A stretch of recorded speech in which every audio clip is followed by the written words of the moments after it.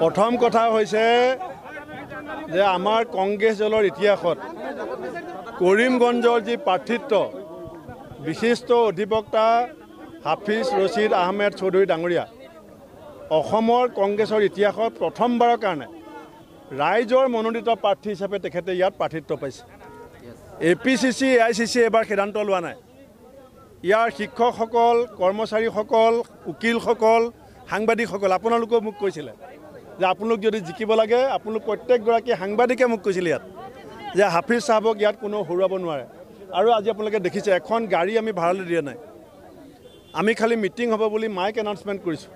যি ধৰণে হাইলাকান্দি কৰিমগঞ্জৰ মানুহে যোৱা সময়ছোৱাত স্বতঃস্ফূৰ্তভাৱে হিলদল ভাঙি এগৰাকী বিশিষ্ট অধিবক্তা উচ্চ শিক্ষিত ব্যক্তি বুলি আমাৰ প্ৰাৰ্থীগৰাকীক সমৰ্থন দিছে। মই কৰিমগঞ্জ হাইলাকান্দিৰ মানুহৰ ওচৰত চিৰকৃতজ্ঞ। আৰু আজি মই কৈ থৈ গ'লোঁ যে এই সমষ্টিৰ ৰিজাল্ট ইতিমধ্যে ওলাই গৈছে।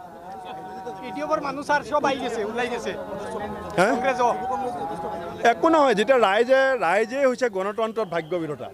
কোনোবা এজন দুজন ব্যক্তিৰ ভাল পোৱা বেয়া পোৱাৰ কাৰণে এতিয়া কৰিমগঞ্জৰ যি সিদ্ধান্ত সেয়া বদলি নহয়। কৰিমগঞ্জৰ যিজন প্ৰাৰ্থী সেইজন অসমৰ মানুহৰ পচন্দৰ প্ৰাৰ্থী। গোটেই অসমৰ মানুহে কৈছে যে এইবাৰ বদৰুদ্দিন আজমলৰ বিকল্প অসমৰ ভৱিষ্যতৰ সম্প্ৰীতি ভাতৃত্ববোধ শক্তিশালী কৰিবৰ কাৰণে অসমৰ মাটিৰ পৰা BJP RSS ARDFৰ সাম্প্ৰদায়িক ৰাজনীতি নাইকিয়া কৰিবৰ কাৰণে হাফিজ আহমেদ চৌধুৰী ডাঙৰীয়া জিকাটো অসমৰ স্বাৰ্থত জৰুৰী হৈ পৰিছে।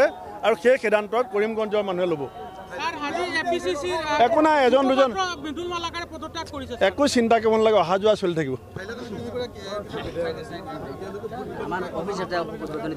এতিয়া অসমক ভাল পোৱা, কৰিমগঞ্জক ভাল পোৱা, হাইলাকান্দিক ভাল পোৱা মানুহে সিদ্ধান্ত ল'ব। এতিয়া দলৰ স্বাৰ্থ, ব্যক্তিৰ স্বাৰ্থ নহয়, জাতীয় স্বাৰ্থত কৰিমগঞ্জৰ প্ৰাৰ্থীক, কৰিমগঞ্জৰ কংগ্ৰেছ প্ৰাৰ্থীক ৰাইজে হাতৰ চিনত ভোট দিব। এই আইনক ভয় কৰিব নেকি? যিজন মানুহ কোৰ্টত থিয় হ'লে কোৰ্টত ভূমিকম্প হয়, তেওঁ থিয় হৈ কোৰ্ট যেতিয়া হাইকোৰ্টত, তেতিয়া আগতে মানুহে জানে যে কাৰ ফালে থিয় হৈছে, কোন থিয় হৈছে।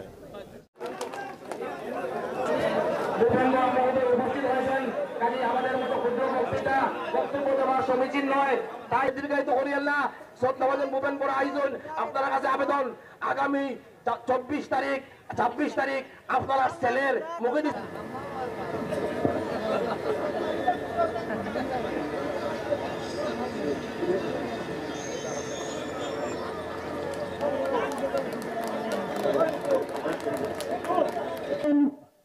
আব্দুল জলিল লস্কর এর মধ্যে তারা আমি সম্মান করবো যে স্টেডিয়াম দুইটা থাকবে, এই দুইটার মধ্যে আপনারা দেখবেন হাতটা কোথায় আছে, এই হাতটা কোথায় আছে ভালো করে টিপাটা মারবেন যাতে লাল বুটন যখন আওয়াজটা হয় তখন আপনারা সেখান থেকে সরে আসবেন। ওদিকে বিভিন্নভাবে আপনাদের হ্যারাসমেন্ট করবে। আমি আশা করব আইন আপনাদের সঙ্গে আছে, মানুষ আপনাদের সঙ্গে আছে, আপনাদের সহজ সব আমাদের পার্টি আপনাদের সঙ্গে আছে, ভূপেন্দ্রার সঙ্গে আছে, রজত চক্রবর্তী আছেন, শামসুদ্দিন লস্কর আছেন, সবাই আমরা আছি বিধায়ক সামনে।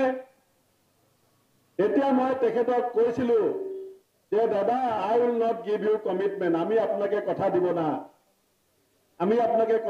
না, আমরা হাইলাকান্দিতে যাব, কৰিমগঞ্জে যাব। ওইখানত জাতিৰ পক্ষত যিজন মানুহে বুলেট প্ৰুফ জেকেটৰ নিচিনাকৈ সন্মুখত থিয় হৈ পেলাই যোৱা সময়ছোৱাত যুঁজিছিল, সেইজনৰ নামেই হৈছে হাফিজ ৰছিদ আহমেদ চৌধুৰী। গোটেই জীৱন মানুহৰ কাৰণে যুঁজিছে, গোটেই জীৱন মানুহৰ স্বাৰ্থত যুঁজিছে। যেতিয়া যেতিয়া জাতিৰ সন্মুখত বিপদ আহিছে মানুহক লগ ধৰিছিল। সেইকাৰণে মই